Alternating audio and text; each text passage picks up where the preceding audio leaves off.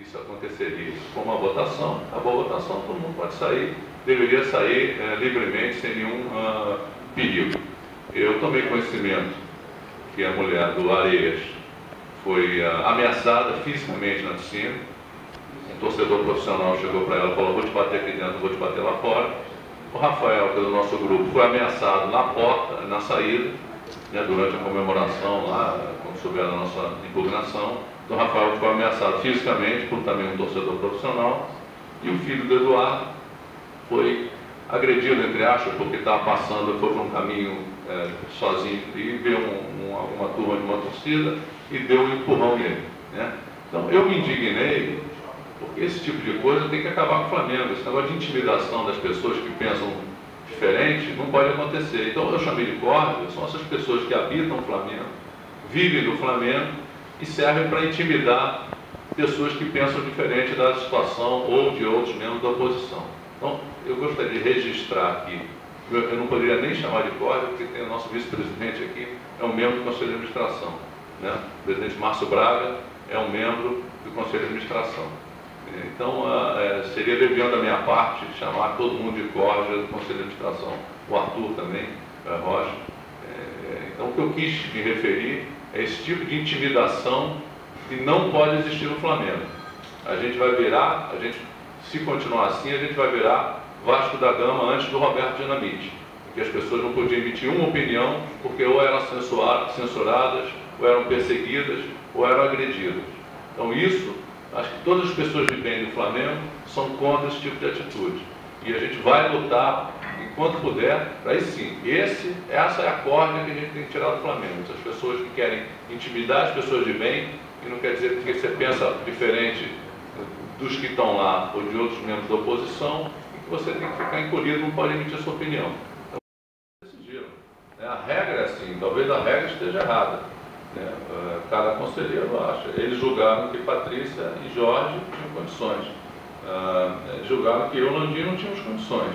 Então você falar, por que isso aconteceu? Eu vou dizer, não, foi um golpe, entre aspas, porque a maneira de tirar o Valinho e o Landim e o objetivo principal era tirar a chapa azul, né? Graças ao nosso planejamento e a gente antevendo que isso podia acontecer, a gente já tomou precaução para que a gente pudesse rapidamente substituir os nomes, né? Mas golpe, não, a eleição, o estatuto reza que foi dessa maneira, então não foi golpe, né? Se você for analisar, eles tinham todo o direito de votar. Eu acho que houve um desrespeito à Comissão Eleitoral e à Comissão Jurídica. E acho que nunca, não sei se o desembargador Volta sabe de algum outro caso, mas acho que nunca na história do Flamengo esse tipo de coisa aconteceu, né?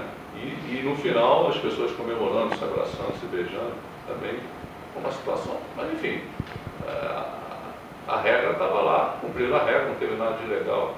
Eu não posso reclamar de nada. Você me permite? Obrigada. Deixa eu só completar aqui, só para completar a resposta dele. Essa expressão golpe jamais saiu de qualquer membro da chapa. Por que terceiros usaram, jornalistas usaram o termo golpe? Porque no Conselho de Administração, 48 membros foram eleitos pela administração atual e 45 membros faziam parte das chapas concorrentes. Então, como é que membros de outra chapa concorrente com interesse em 100, ou seja, no final das contas o colégio eleitoral lá tinha cerca de 80 conselheiros, podem decidir o futuro de uma chapa concorrente, quando o certo seria que as pessoas com um conflito de interesse se abstivessem de votar. Então, é por isso que se disse que foi golpe. E a formação do Conselho de Administração, na maioria, ela não era composta por advogados que dominavam a questão. Quem dominava a questão e examinou detidamente foi a Comissão Eleitoral, que por 2 vezes recomendou a candidatura dos 2 candidatos. Eu vou citar um exemplo que confirma o que eu estou dizendo. O ex-presidente Hélio Paulo Ferraz foi eleito na mesma situação que o nosso candidato Landim. O Hélio Paulo Ferraz foi criado uma categoria de sócio dependente da esposa, ele nem sócio do Flamengo era. Criaram ele para uma categoria que ele era dependente para mostrar a vida associativa. O nosso Landim recebeu um tipo de sócio honorário por serviços prestados ao Flamengo em 2002. Tem quase 10 anos de clube. Comprou o título de sócio proprietário. Vão dizer que ele não tem a vida associativa de 5 anos, quando nós tivemos um ex-presidente eleito na mesma situação. Então, quem resolveu usar a palavra golpe, que não foi ninguém da chapa, se ateu a esses detalhes. Obrigada. Se ateve a esses detalhes, perdão. Obrigada. Quem usou o termo golpe. Não foi um golpe de Estado, foi um golpe eleitoral. Meramente isso. Mas que foi um golpe, foi. Porque botam as duas chapas, estabeleceram um pacto para impedir, dar um impedimento às candidaturas da oposição, do Valim e do... Coisa simples também, não há para se fazer grande escândalo, que houve golpe, houve. E outro tema que eu gostaria de abordar é dizer aos senhores que eu sou há mais de 50 anos sócio do Flamengo. Eu já fui presidente 8 vezes do Flamengo, 2 do Conselho Deliberativo e 6 do Conselho Diretor. E eu me senti ameaçado dentro do Flamengo nesta reunião do Conselho Deliberativo, do Conselho de Administração. Tal qual a mulher do João, tal qual o filho do Eduardo, tal qual... E eu detesto que me olhem, homem me olhe com cara feia. Eu não admito que ninguém me olhe de cara feia. E eu passei por constrangimento dentro do Flamengo, daquela corja que estava lá. Da agora em diante, só comparecerei ao Flamengo com segurança pessoal minha. Porque eu não gosto de ser olhado de cara feia por ninguém. E não admito isso. Ainda mais dentro do Flamengo. Era uma corja assim que estava lá. E o que houve foi um golpe eleitoral. Hoje nós temos uma candidatura que pode ser Patrícia Rodrigues ou Patrícia Rodrigues de Amorim. A verdade é essa. A verdade é essa. Que existe. Jorge Schirmer. Ou Jorge Schirmer. Isso. É isso. É isso que nós estamos combatendo. Essa é a realidade. Esse é o que está acontecendo lá. E nós temos que acabar, e só vejo condições neste grupo que aqui está, de acabar com aquela bagunça. O Flamengo precisa ter um choque de gestão e acabar com a bagunça que está instalada. Esse é o meu pronunciamento. O que aconteceu é que o estatuto atual permite que quem ganha a eleição já entra praticamente com 50% do Conselho de Administração. Ou seja, qualquer matéria que não interesse à atual administração, é só ela se arregimentar, e ele se arregimentar, a ser contra qualquer outra coisa que pudesse servir de sombra, por mais remota que pudesse ser, a candidatura de reeleição. E eles levaram para aquele lugar pessoas que também nunca tinham aparecido lá. Então houve uma mobilização, se preferir o nome, da atual diretoria para derrotar quem pode servir de sombra à permanência do status quo que existe hoje. E é essa a grande situação que eu dá. A eleição foi legítima? Absolutamente.